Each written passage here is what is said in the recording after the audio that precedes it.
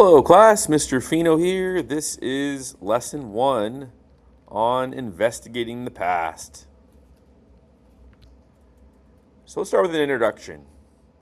What is ancient history?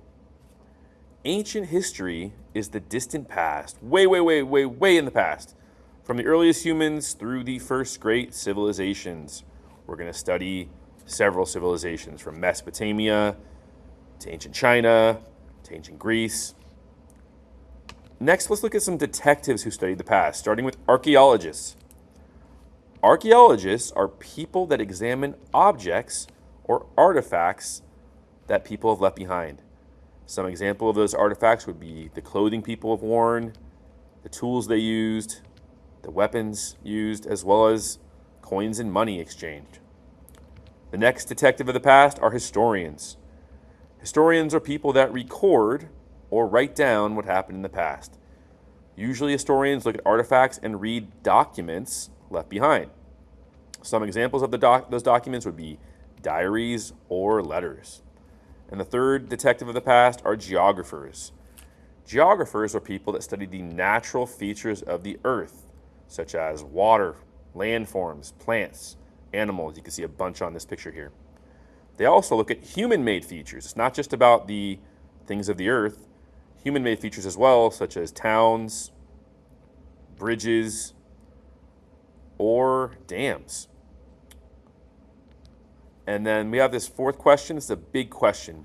Why is studying prehistory such a big challenge? So prehistory is the time before written history. It's the time before writing even existed. So this would make it challenging to learn about people, because if we don't have the writing they've produced and left behind, we have to rely solely on artifacts. Next, let's look at cave art, these treasures of the past. First, why is this discovery of cave art so important? Cave art has been discovered all around the world. You can see in this map here, every continent has cave art from thousands of years ago, with the exception of Antarctica. And cave art shows the animals early humans hunted and hints at how they survived. So how did they see inside these dark caves when they were creating this cave art? Early humans used torches, right, fire, and animal fat lamps deep in the caves to help them see. And then how would they have reached up high on those cave walls? To paint up high on their cave walls, they may have used some kind of scaffolding, right? Today we would use ladders, but scaffolding that they would have created from logs of wood and stack them up like you'd see in the picture here. Let's talk about cave painting of humans specifically. How did they paint humans?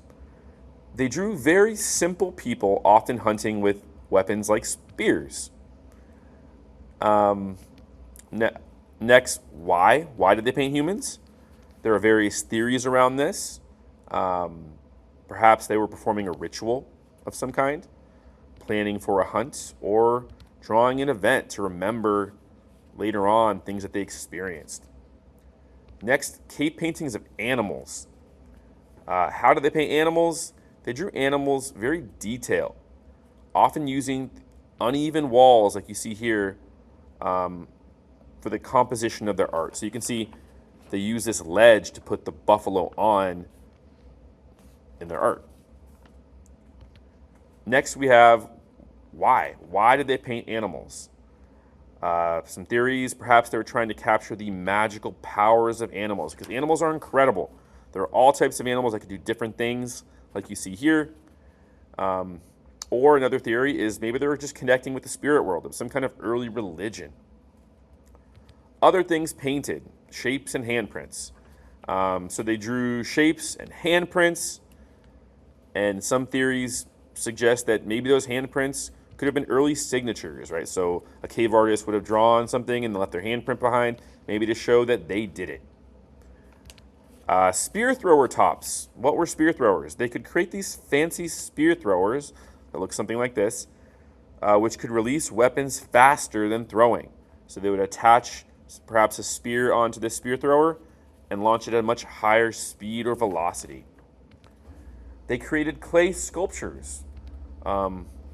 What kind of clay sculptures? They would mold these detailed clay sculptures of animals like you see here. What might those clay sculptures have meant? These may have been used for representing clans, a clan being like a big extended family, or maybe for important ceremonies like you see here, an early burial ceremony. And finally, you've got cave art tools. What kinds of tools do they use to paint? They used engraving tools, grinding stones, scrapers to, get at that cave wall. How did they make paint? For paint, they combined stone powders with animal fat or oils to create their paints. So think like mixing powders with, like bacon fat, something like that. And then how they make their brushes. For the brushes, they use moss, fur of animals like horsehair, or sometimes even human hair. All right, so on the bottom space you have there's a big empty space on the bottom of your notes. You're going to answer these review questions using the notes you just completed. So number one, how do historians learn about the past? So review your notes, think about that, and you can use a sentence frame. Historians learn about the past by, and describe how they do that. And number two, what can cave art and artifacts tell us about early humans? For that one, you can use the sentence frame there. Number two, cave art and artifacts show us that early humans blank, fill in that blank using the information you learned in these notes. All right, thank you very much.